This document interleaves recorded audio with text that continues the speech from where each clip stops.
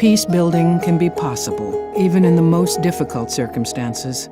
Mahmoudiya, a thriving city in Iraq, had been called the gateway to Baghdad.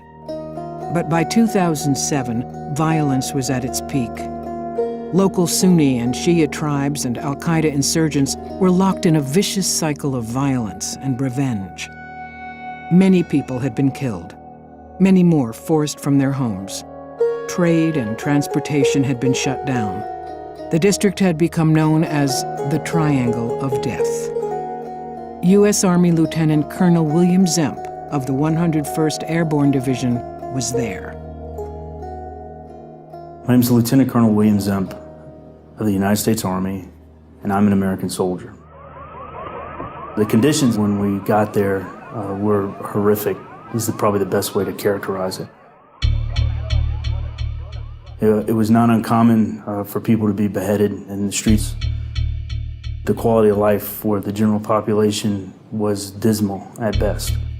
The conditions were changing though. In the early months of 2007, combined U.S. and Iraqi forces and tribal militia had made progress in tamping down the violence and expelling al-Qaeda. With the change in the strategy and the political backing that we had during the surge, we had the resources for the first time in that area to truly bring some sort of stability where the norm could change.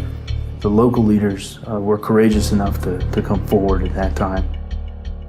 Iraqi leaders asked U.S. forces for support to help them seize this window of opportunity for a peacebuilding initiative. You get to a certain point where the fighting is only going to get you a certain amount of returns. And everyone is either to a point where they're defending what they fought for, or they're trying to get back things that they've lost. Up until that time, because of the fighting, we could only engage the interest of each one of the tribal leaders individually. What was missing was the ingredients of a formalized process to bring the players together. The U.S. military and the Department of State called on the U.S. Institute of Peace for help.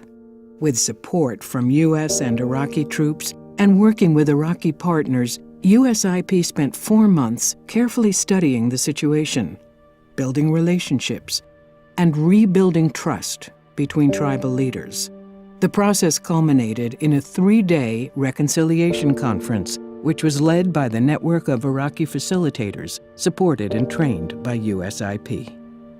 31 sheikhs from all the tribes got together at the Al Rashid Hotel there in Baghdad and worked through the framework for how the conditions would be for communication forward.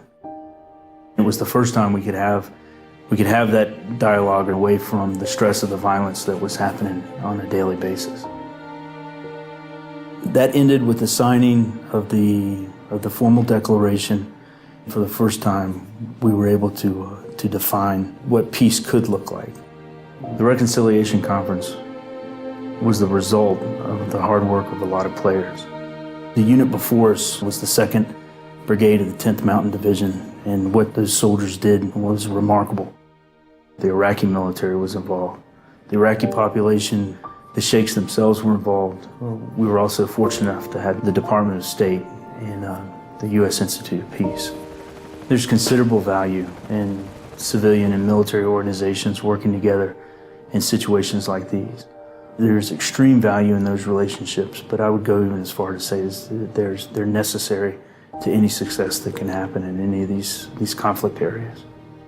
During its first 6 months in the Mahmoudiya district, Lieutenant Colonel Zemp's battalion and the Iraqi security forces were engaged almost daily by enemy attacks.